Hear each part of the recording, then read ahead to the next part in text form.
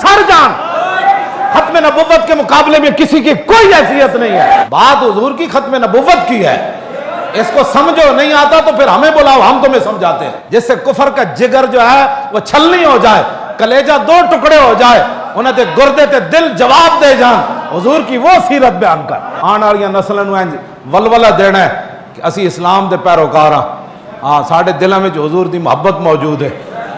ساری کائنات ادھر دی ادھر ہو جائے، ساری دنیا ہوا وچ اڑ جائے، ساری دنیا سونے دے محل بنا لوے، ساڑی آنکھ متاثر نہیں ہوگی، اس واسطے کہ ہمارے دلوں میں حضور کی محبت موجود ہے. اگر اللہ نے کچھ دیا ہے نا تو دین کے بارے میں 1000 بار سوچا کرو، دین کے معاملہ میں کروڑ بار پہلے سوچا کر. حضور کی امت سب کچھ برداشت کر سکتی ہے، لیکن اپنے نبی کی عزت آبرو اور ختم نبوت کے بارے میں بال کا بھی کروڑواں حصہ کوئی کوتاہی برداشت نہیں کرتی.